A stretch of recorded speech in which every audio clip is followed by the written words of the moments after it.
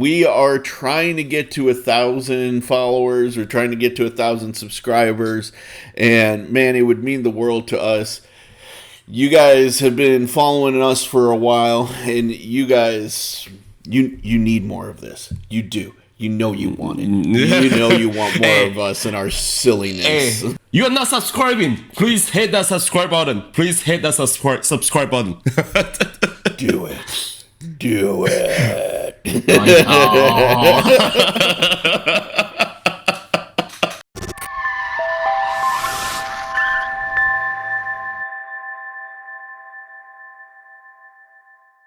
Welcome back, everybody, to another episode of F1 Talk, where we are post Monza, guys.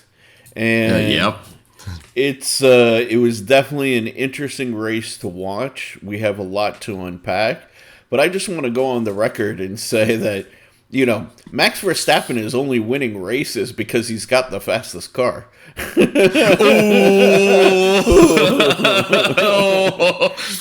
I have to add that when Max is leading a race, he's allowed to finish on the safety car.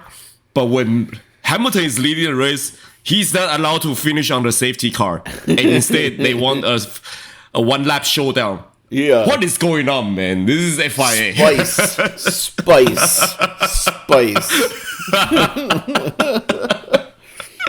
No, I mean, hey. Like, I do kind of agree with what Joe was saying, but I definitely, you know, was making a bit of a joke with mine. Because, man, if you're, you know, somebody who follows racing and follows F1, that's all Verstappen fans have been parroting for years. That, like, oh, Hamilton only wins because he's got the faster car.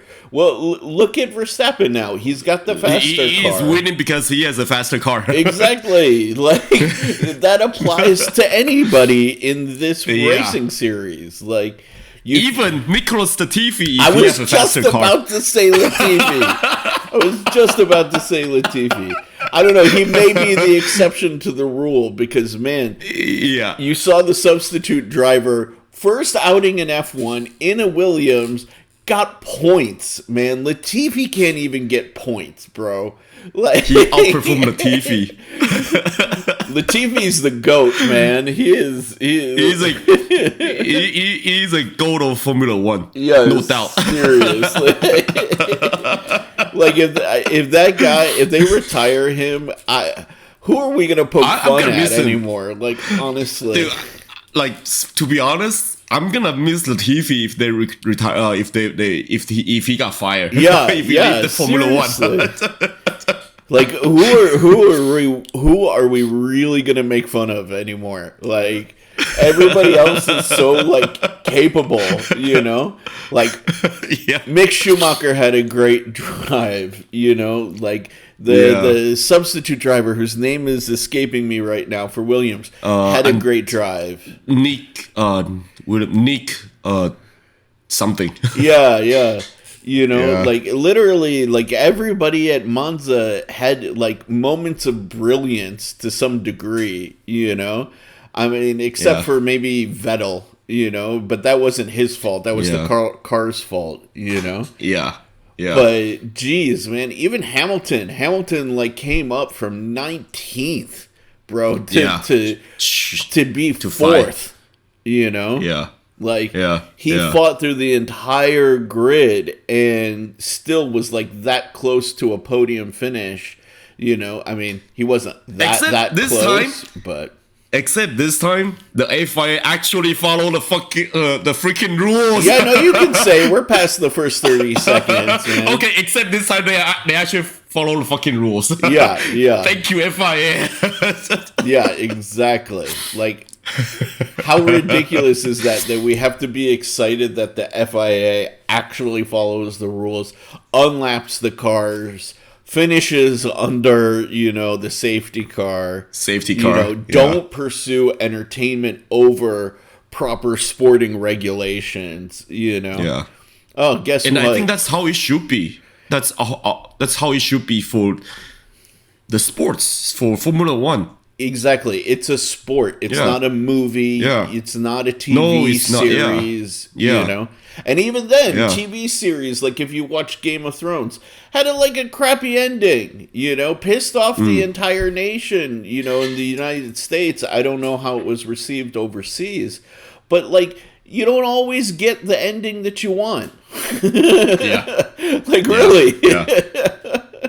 Yeah. So Yeah. Yeah, 100%. So for sure, like I mean, Monza at the end was a little boring, you know. But in the grand scheme of things, like, was it the right call? Was it the right way to finish the race? Absolutely, absolutely.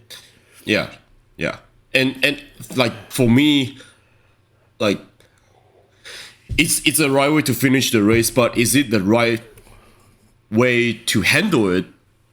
It is the right way to handle it, but Yeah. Can they do better? Of course they can do better. Yeah. They can. The rule can be better, but And then in This is just how theory it they is. could have pulled the car one lap earlier, you know. Yeah. But but instead they stick with the rule and Yeah. stick with the safety situations where I agree. trying to get everything out of the track before returning to race. So we appreciate it as a fan. Then memory of Abu Dhabi. Yeah. Yeah, we may be the only two people that really appreciated it. yeah. Because what happened last year, you guys all know what happened last year, and that's really like even Hamilton says and Toto says it brings back the memory of Abu Dhabi. So Yeah, it's very true. It's very true. You know, and you know, what did you think of at the end of the race? All the Tifosi were booing Verstappen. I don't know if you caught that actually, because F1 actually cut it out from the feed. You know, yeah. which was a big deal. But like, I caught the end replay on, I think it was on ESPN, and they still had a bit of the booing in there. To Verstappen? Yeah, Because yeah. I closed the I didn't watch the whole celebrations and all that stuff. Yeah, the actual like the Interesting. Tifosi came out and booed Verstappen, which is like really interesting, you know. What? Well, I get it, right? Because they're all pro Ferrari, and Monza is, you know, like the spiritual home of Ferrari, right? But at the same time, man, like, this is just like another page in a story of really aggressive fans this season. Yeah, I agree. Yeah. And I don't know how I feel about that, to be honest with you. I feel like the fans in general is just too toxic. Yeah. And this type of stuff is not, I mean, I get it because we get that in the NBA. Like, people used to boo Kobe Bryant. I'm a Kobe Bryant fan and Laker fan. And people used to boo them like crazy. Yeah. But like, it's I mean, I don't know, man. It's very hard to say because it's just the nature of the sports. And people just like to do that.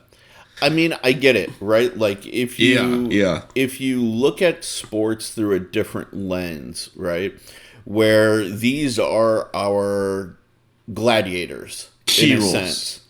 No, like, these guys singularly represent a nation, a country, you know, a people at large, right? Whether you adopt them yourself, like let's say you're an American fan rooting for Verstappen or Hamilton or Leclerc, right? Like, you're adopting these guys.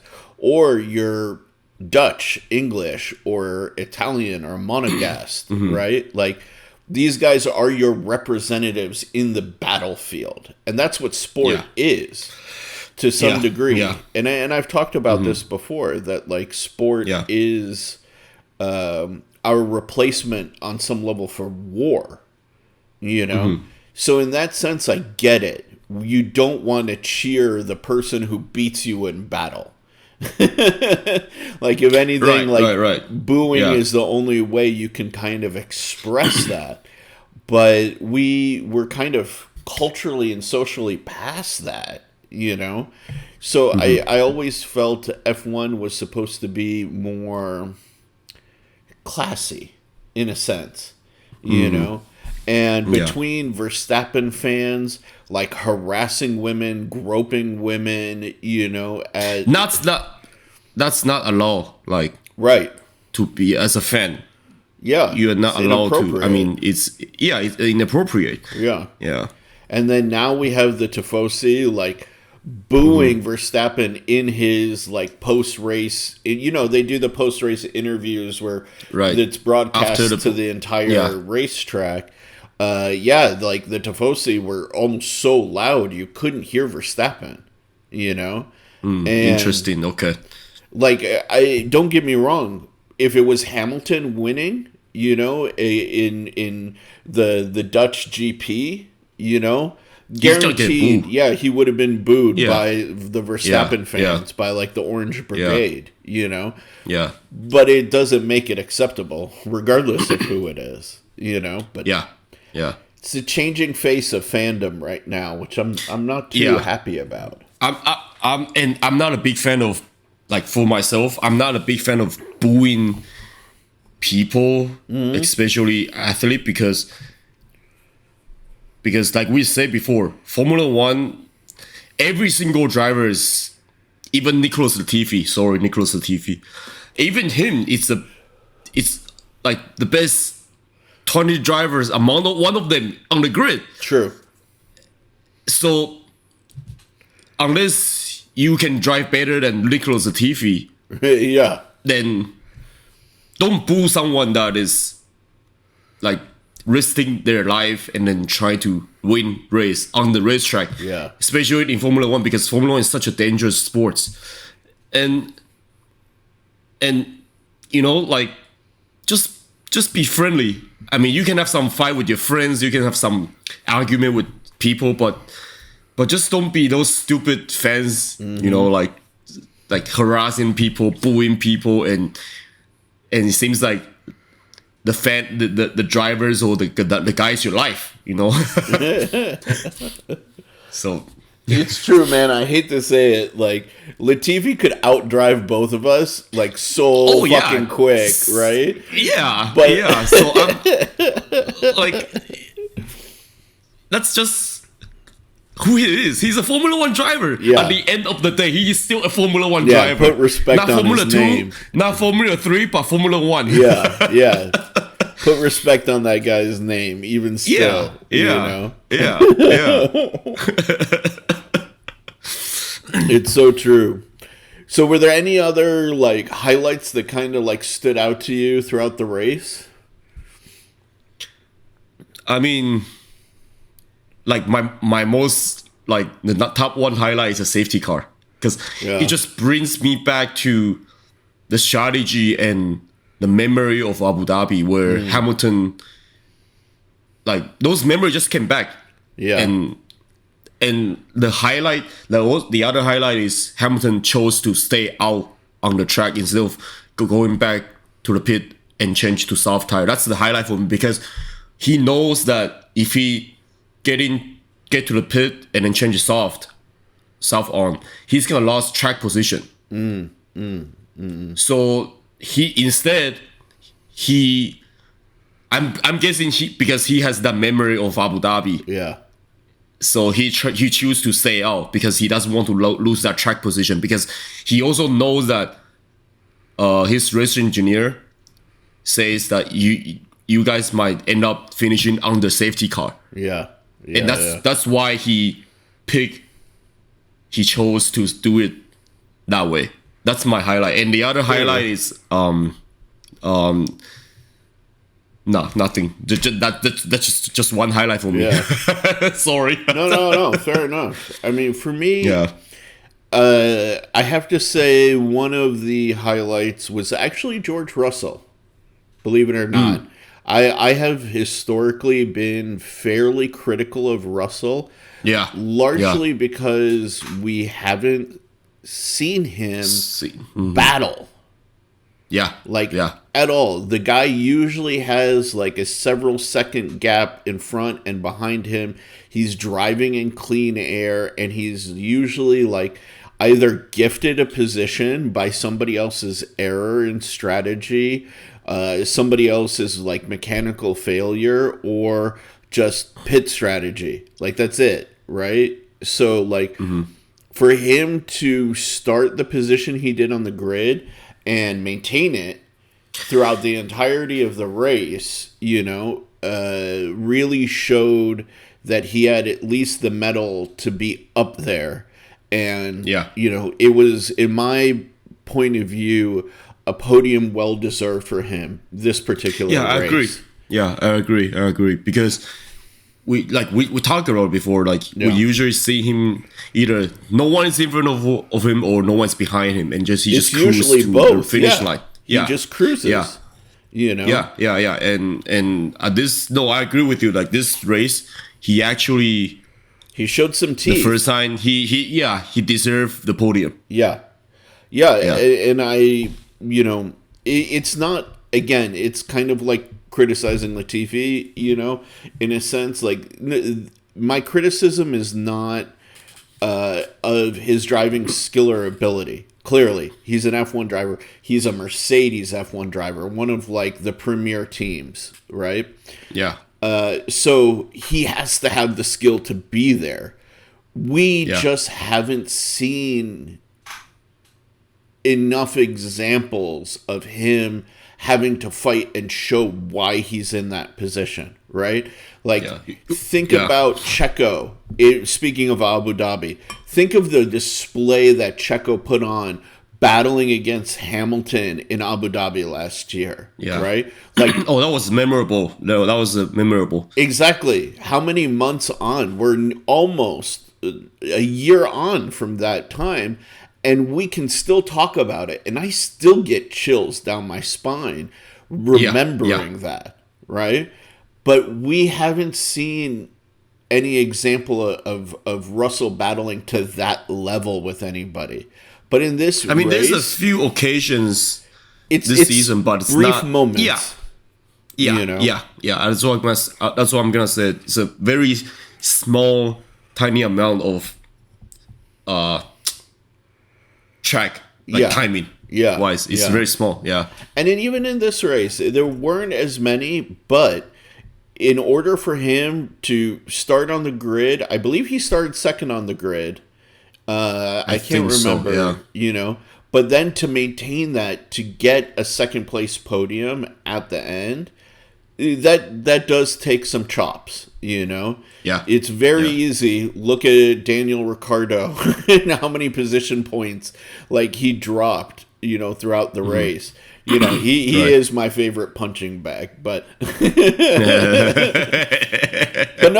look at him, a much more seasoned driver, and in theory he has the same car that Lando Norris has, Speaking of, Lando Norris had, some brilliant moments in the race, honestly. Yeah.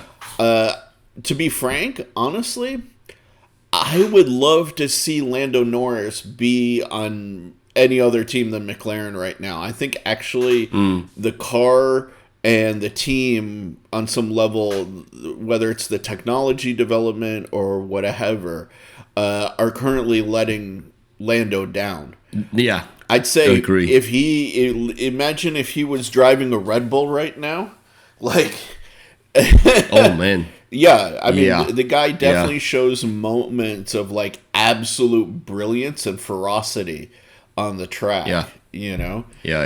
And I guess that's whenever I criticize Russell, that's what I'm looking to see. I want to see the teeth, Yeah. And he had a good drive this race, Yeah. He definitely did. So I agree. I agree. I would say aside from, what you were mentioning and, the little jokes here and there, that was definitely a highlight for me. Was seeing Russell kind of go out and really show that like he can wrestling out. Yeah, he can maintain position against some pretty strong opponents. I mean, let's face it, that Red Bull is it's spaceship. That Red Bull is equivalent to last year's Mercedes. It is. It is. Yeah. It's like they took last year's Mercedes and changed the livery. Yeah, exactly. Yeah. That's a perfect analogy. That's I mean, that car is so fucking dominant right now. Just the straight line speed, man. Just the straight line speed is just even the cornering so speed. Fast. Yeah, but straight line speed is one of the highlight for that car. Yeah, it's like damn, it's fast, and it just makes all the teams look like a sitting duck. Yeah, 100%. And that going to our last video about Mercedes screwing Hamilton, right? Like, in what world did you think you were going to get a first place podium against that rocket ship? Like, honestly, no way. Honestly, like for the people who were commenting on our video, you know, who were saying, "Oh, I disagree. Like, I think Mercedes should have gone for the win." Right? The bigger win for the season is the Constructors' Championship. Yeah. Right? Like, okay, I understand a single like podium, like first place podium finish would have been good for morale potentially. But I think that's pointless at this stage, to be 100% honest. Like, it doesn't add anything to the bottom line of what Mercedes is trying to do this season, right? Like, they really should have focused on the Constructors' Championship and, like, looked at the situation realistically. Like, that thing, to be able to gap second place by over 10 seconds it's crazy. Consistently... That's Mercedes last year. Exactly my point, right? So, you know what was really funny though? In the post-race interviews, there was a moment from humility and also a little dig from Horner, actually. You know, he was asked, do you really think that you can maintain this level of dominance for like the next like 4 or 5 years with the new spec? Yeah. And Horner said, you know, I'd love to stick it to Toto like that, but I really don't think we'll be able to maintain that level of dominance for that long. You know, the other teams will catch up.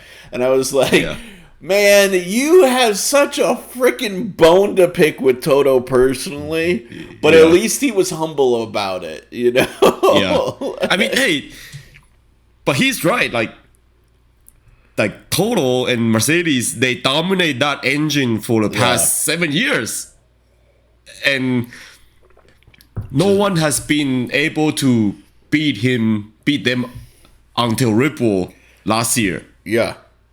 So, and even then, last year's win was questionable. It was very questionable. Yeah. Like this year, I have to say, for me, this year is the first championship title for Max. Yeah. If you guys gonna hate me, you guys go ahead and hate me. I have to say, this year is the real champion title for Max. Last year is the fake champion title for Max. Definitely. So if you want to hate me, I don't even, you don't care. And I don't care either. Like, I agree wholeheartedly. Yeah. So let's just go that way. No. I mean, like, I completely agree. Like, you want to talk about deserving it? This year he deserves it. You know? Yeah, this year he 100% deserved it. But last year, it's his driving has matured so much. You know, a lot of the moves that he was making last year were outlawed. You know, for the betterment and the safety of the sport, right? So he's like calmed down a little bit. He and the team at Red Bull have created an insane car that is just dominating. You know. And the guy, literally, he's pulling like Hamilton moves, where he'll be at the back of the grid and still take a first place podium, right? Like, that's world-class driving performance, Yeah. He wasn't pulling those kind of moves last year. Like, he wasn't. No, he played some controversial move last year. He was playing fairly dirty last year. Yeah. Like waving around the track and black and white flag warning and pushing people off the track. Exactly. I can go on and on and on this. But this year he's much more mature and much more calm and much more fight another day type of mentality. Yes. It's like he literally did a body switch with somebody else, Yeah. But, again, that just reinforces my point of saying, like, in what world did Mercedes think that they were going to get a first place podium last race, They were better off just stick with the constructors title and then keep experiment and test the car while there's still 7 races. But 7 races on the season.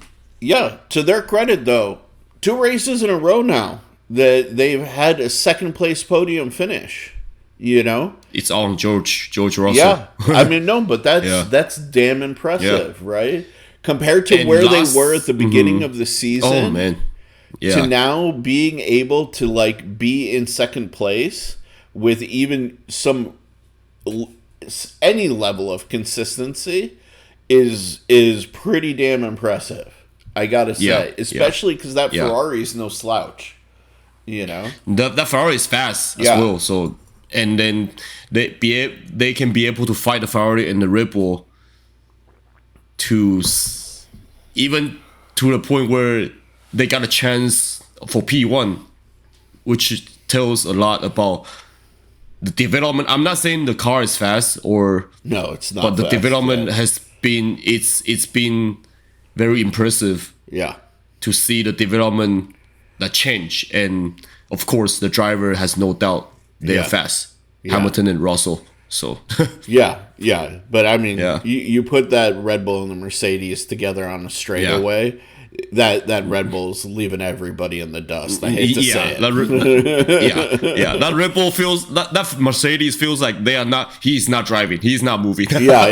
He's standing still. Yeah. It's like a truck with and then a sport car. It's just drop a gear and disappear, man. Yeah. All right, guys. I think that's going to be enough for us. Man, this was a longer episode where we talked about everything, It's a fun talk. I love this type of talk, especially if make fun of. I mean, me and Sherif, we are not like hating people, but we're just making fun of people. It's exactly. Man, just for entertainment. We need to make some shirts, Latifi the Goat, Yeah. Would you guys be interested in a Latifi the Goat shirts? Let us know down in the comments below. Or Max with the safety car.